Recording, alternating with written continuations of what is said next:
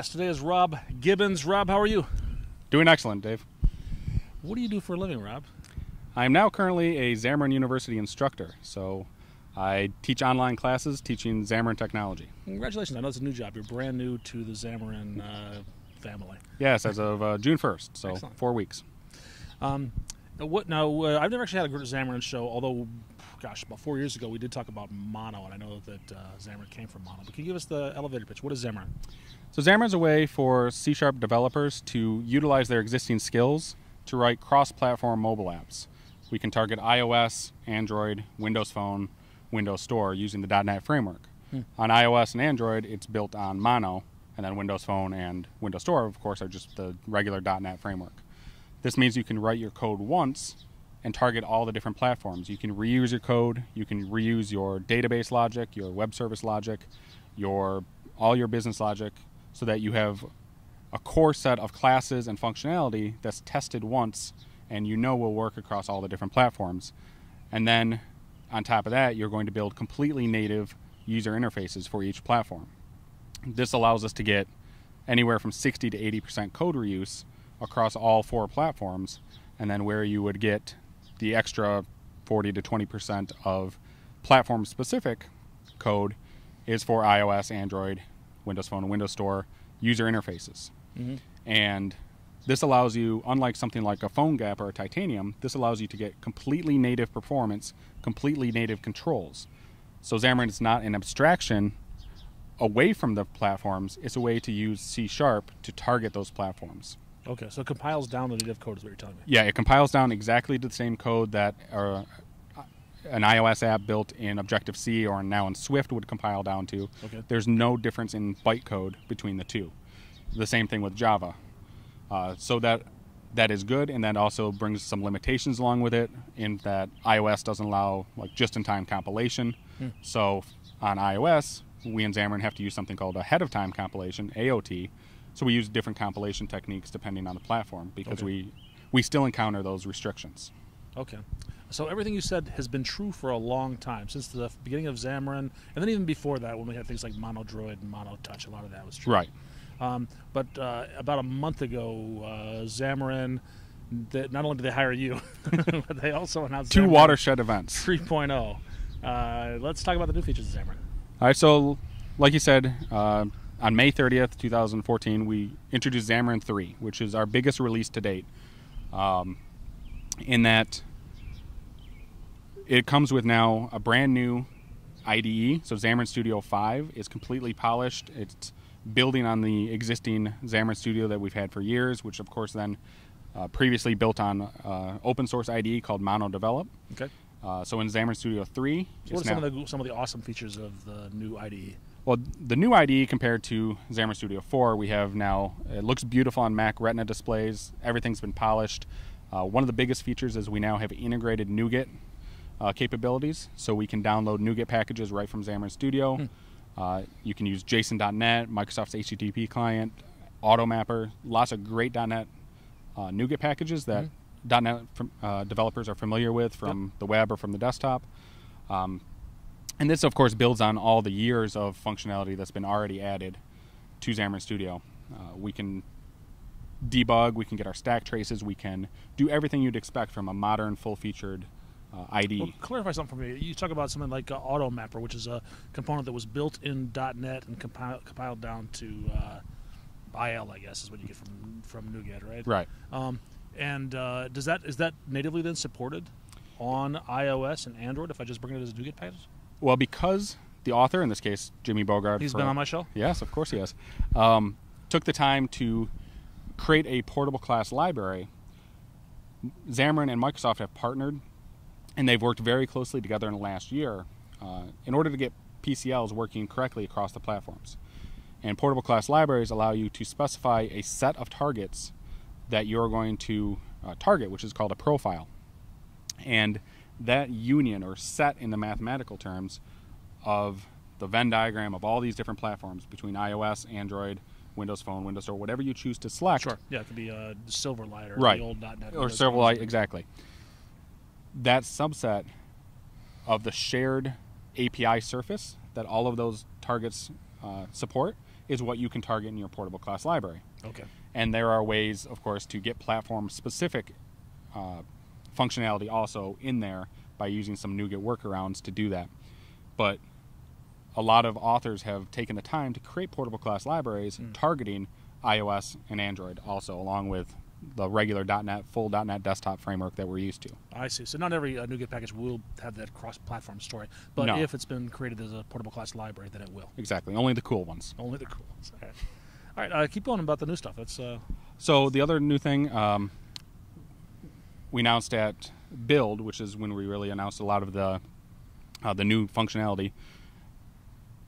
Microsoft, and like I said, Microsoft and Xamarin had a close presence at Build 2014 together. yeah, including those two companies getting closer together. as time including goes the keynote. Miguel, on. I have a theory that Xamarin's going to buy Microsoft. eventually, we're working on it. So during the keynote of Build, we had a bunch of different demonstrations, and one of the cool things we announced was the support for shared projects. Microsoft announced this, and it's supported in Visual Studio 2013 Update 2, and then Xamarin Studio 5 and above also supports it. So previously, when we were creating cross-platform applications, what we had to do was use a technology called file linking. And file linking was a way to share your code at a source file level. So you have your iOS project, your Android project, and your Droid project all linked to the same file on disk. But when each one of these projects compiles, it treats that file as if it was added directly to the project. So it's just a way to share. It's like a pointer back to a file on disk. Right. Well, this involved a lot of jumping through hoops to get it to work in the IDE. There was extensions specifically built for both Xamarin Studio and Visual Studio to get it to work better. But every time you added a file to this shared project, you had to manually go link it into every one of your platform-specific projects. And this was just a pain. And the IDE would freak out all the time, whether it's Visual Studio or Xamarin Studio, about not knowing what context it was in. Is this shared file? Is it in your iOS project? Is it in your Android project? And it didn't know quite how to work. It would compile and run just fine, but the IDE would get confused very easily. So Microsoft announced shared projects, and then, of course, in the background, they were working with Xamarin to support this also, so that when Microsoft announced it at Build, Xamarin already had support built in for this. And what shared projects is think of file linking, but surrounded in a nicer IDE experience. So instead of having to manually link files into each project, you just create one shared project, and that's where you put all your shared source files. And then you can set a reference from your iOS or from your Droid project to the shared project. Now, the shared project itself never compiles anything. There's no DLL output, there's no EXE output. You're not setting a binary reference like you normally would do when you set a reference in Visual Studio. But what that does when you set that reference is it tells the iOS and the Android projects to automatically file link in every project or in every file in the project into itself. This isn't just source code. This is images and resources. Exactly. Images, assets, resources, database files, etc. And what file linking will allow you to do and shared projects allow you to do is to use things like conditional compilation, compiler directives, inside your shared source. So as you're writing a single file, you might need some iOS-specific code in there. And shared projects allow you to do that. Portable class libraries don't, because you only have one single binary. You can't do an if-def inside the single binary. That would make any sense because you only have one compiler directive for all the platforms. So the shared projects is a really nice IDE enhancement to make this work better, and the IDE is a lot better at knowing what context it's in, so it knows which code will compile. So that's another big release. The third major point of Xamarin 3 is the iOS designer is now built into Visual Studio. And this is a huge feature for .NET developers who use Visual Studio. Previous, if you wanted to use something like a storyboard in Xamarin or in iOS, you would have to, and you're using Visual Studio, you'd have to basically commit your source code to your source control, go over to the Mac, open it up in Xamarin Studio and use the designer there, or heaven forbid, open it in Xcode and use the designer in Xcode. And no .NET developer really wants to do that. Developers, they tend to be comfortable inside of Visual Studio. Exactly, and no matter which kind of developer you are, you don't want to have to switch IDs and switch machines in the middle of your development. You want one IDE that supports them all. And if you're choosing to use Visual Studio, we wanted to support that too. Right. So now, as of Xamarin 3, the storyboard designer for iOS is integrated directly into Visual Studio.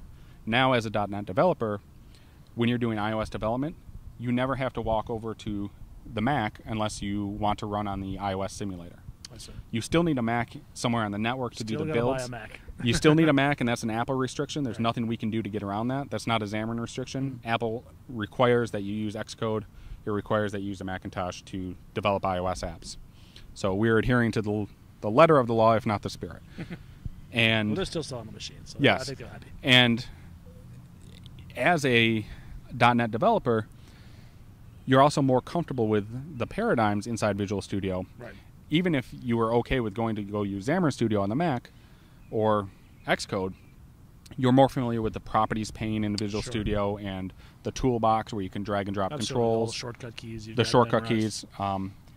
In iOS, it's typical when you want to have access to a button or a label in your code behind that you'd have to control, click, and drag in what's called an outlet. You can do this in Visual Studio or Xamarin Studio or Xcode, but it's not intuitive for a .NET developer. Right. So we've enabled some .NET paradigms, some Visual Studio paradigms, where if you drag a button onto the screen, onto the storyboard in Visual Studio, you can just double-click on that button and you get the click event automatically wired up for you like you would in Windows Forms. Got it. In the background, it's still using an outlet. It's still doing the proper iOS development techniques. Mm-hmm. We're not doing anything bad, but we're making it easier for .NET developers to discover how to wire things up. Got it. So that's the third big tentpole. And then the fourth, and the major release, is something that people have been asking for years, is we now have a library called Xamarin Forms.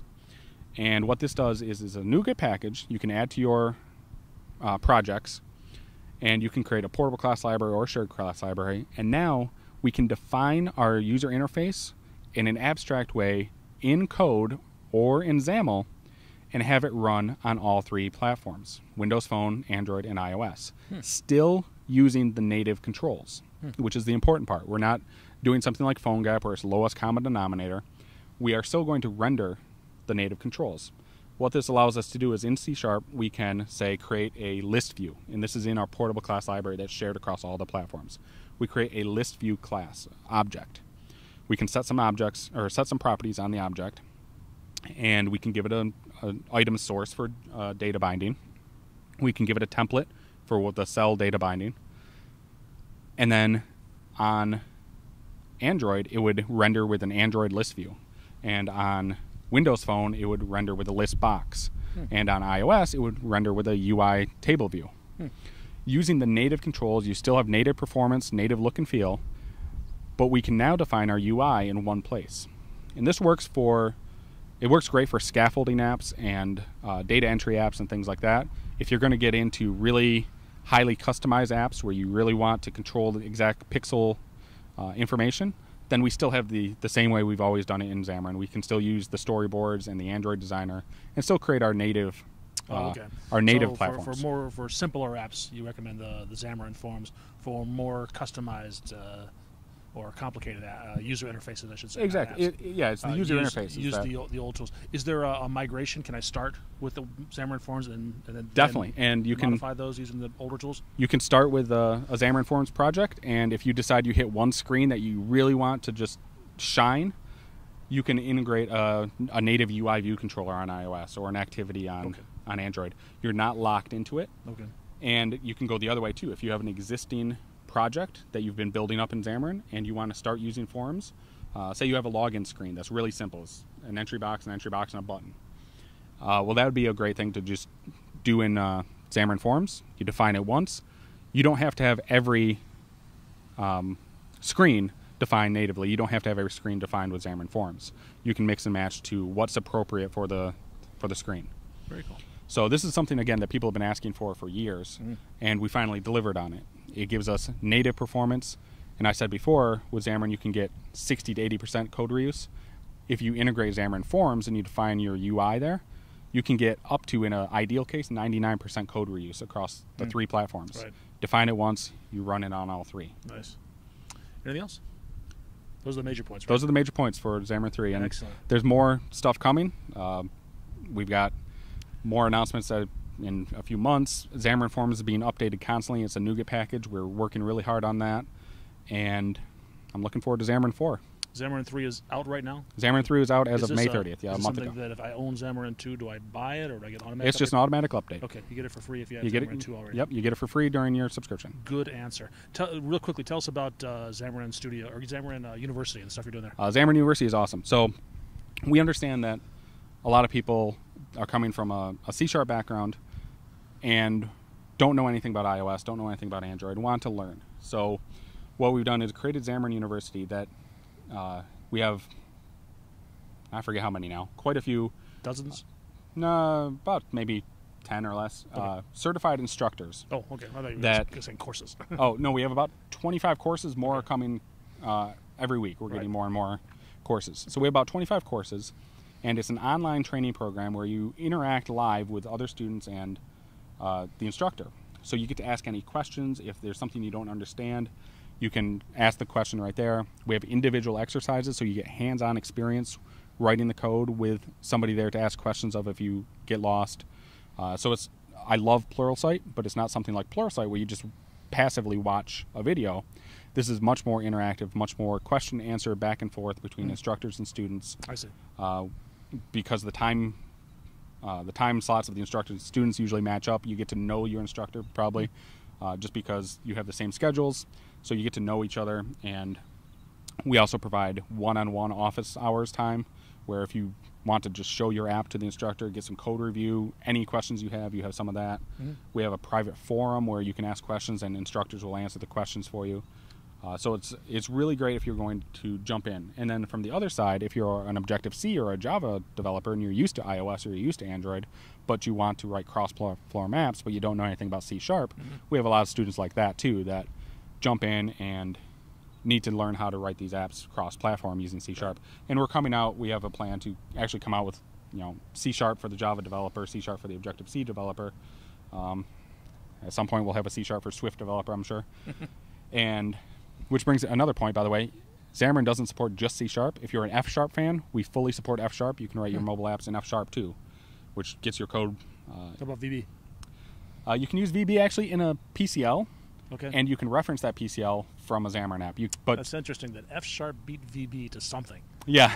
Something in the IDE. What's your IDE? So the actual iOS and Android interfaces still have to be in C# or F#.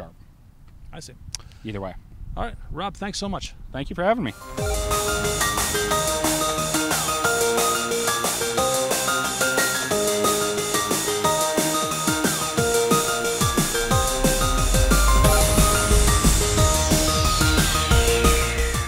My goal to have my friends in technology using Xamarin one of these days.